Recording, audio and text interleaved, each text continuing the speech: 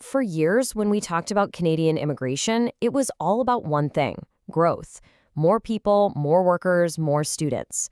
Well, that story is changing, big time. The Canadian government just announced a major pivot, stepping away from that rapid expansion and moving towards something totally different: stability. Okay, let's get into what this all means. And this quote right here from the Minister of Immigration, it really says it all. The key words to grab onto are restoring control and sustainable levels. This isn't some minor adjustment, you guys. It's a fundamental rethink of how many people come to Canada and who those people are. So that's the big question on everyone's mind, right? We're going to break down what this plan actually means, look at the new numbers, the new priorities, and the specific policies that are driving this huge shift. And believe me, it's a plan that's going to ripple through everything from our job market to our universities. All right, so first up, let's tackle the big why. Why make such a dramatic change all of a sudden? Well, the government has been pretty blunt about the main reason, and it's not really about permanent residents. It's about another group that has been growing at an absolutely explosive rate. Just look at these numbers. This is where you really see how fast things have been changing. In just 6 years, the portion of temporary residents in Canada, we're talking international students, foreign workers, more than doubled. The government itself called this growth unprecedented, and they're pointing right at the strain this has put on housing, healthcare, and other services as the main reason for hitting the brakes. And that brings us to the government's big goal. They've put a number on it, a really clear, ambitious target. The plan is to wrestle that 7.5% figure all the way back down to below 5% in just 3 years. This single target is what's anchoring this entire strategy. So to really get how big of a deal this is, let's first get a baseline of where things stand right now. Okay, so before we dive into the future, we kind of need to get a handle on the present, right? Let's take a quick snapshot of what Canada's immigration landscape looked like in 2024, just before these new changes start to really take hold. So in 2024, Canada welcomed just over 483,000 new permanent residents. Now, that is a huge number, and it was actually right on track with our previous targets. Make sure you remember this number because it's going to be a really stark contrast to what we see next. So who are these folks? Well, this chart gives us the breakdown. You can see the huge majority, almost 60%, came in through economic streams. That means they were chosen for their skills and their potential to jump right into the economy. The other big pieces of the pie are family sponsorship and refugees, both of which are, a core part of Canada's identity. Okay, now this is the number that explains everything. While we had about 500,000 new permanent residents, get this, 1.6 million temporary resident permits were issued in that same year. That right there is the heart of the issue the government's trying to tackle. The sheer volume of temporary arrivals has just dwarfed the number of permanent ones.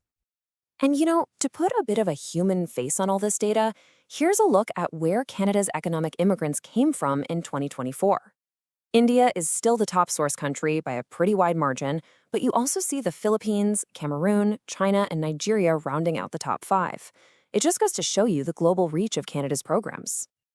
All right, so that's the lay of the land right now. But let's get to the main event, the brand new plan for 2026 and beyond.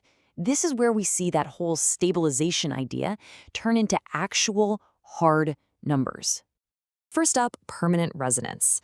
Now, you might be thinking there's going to be a huge cut here, right? But look at the numbers. The plan is to bring the target down just a little bit for 2025 and then hold it steady at 380,000 a year. So they're not kidding when they say stabilize, not slash.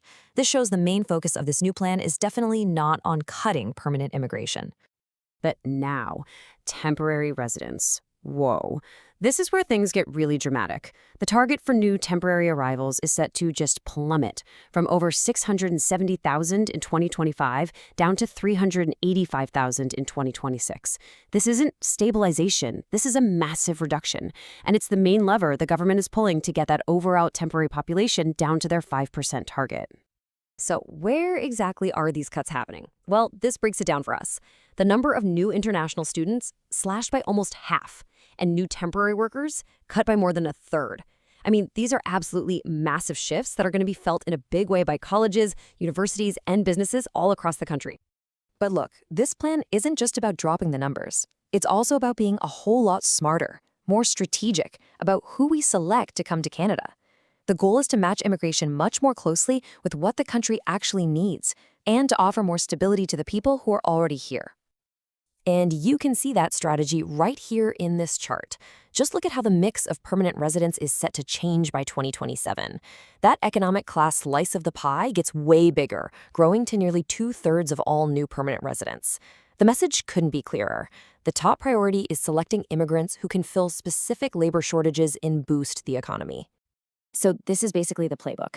The focus is zeroed in on talent for high-demand jobs. Think healthcare, tech, the skilled trades, and this is really important. They want to create clearer paths to permanent residency for skilled temporary workers who are already here and contributing. There's also a bigger role for the provinces to pick immigrants for their own local needs and a huge push for Francophone immigration. And speaking of specific goals, that commitment to Francophone communities is a big one, and it's backed up by some serious targets. You can see on this timeline, it's not just a vague promise. It's a clear, rising goal year after year, with the aim of hitting 12% by 2029. This is all about a long-term strategy to really strengthen these communities across the country. Okay, so to help smooth out this massive shift, the government is rolling out two big one-time programs. First, they're going to speed up the process for about 115,000 people with protected status who are already in Canada to become permanent residents. And second, they're fast-tracking another 33,000 skilled temporary workers onto a path to permanence. The idea here is to create some stability for people who've already put down roots in Canada, all while the bigger system gets recalibrated. So, there you have it. That's the plan in a nutshell. It's a huge shift, moving away from just growth for growth's sake to a system that's much more managed and, what the government hopes, is sustainable. It's designed to take the pressure off services while still bringing in the skills that Canada needs. But it leaves us with a really big question, doesn't it? As Canada tries to strike this new balance, what's it all going to mean for the country's economy, its communities, and really its future?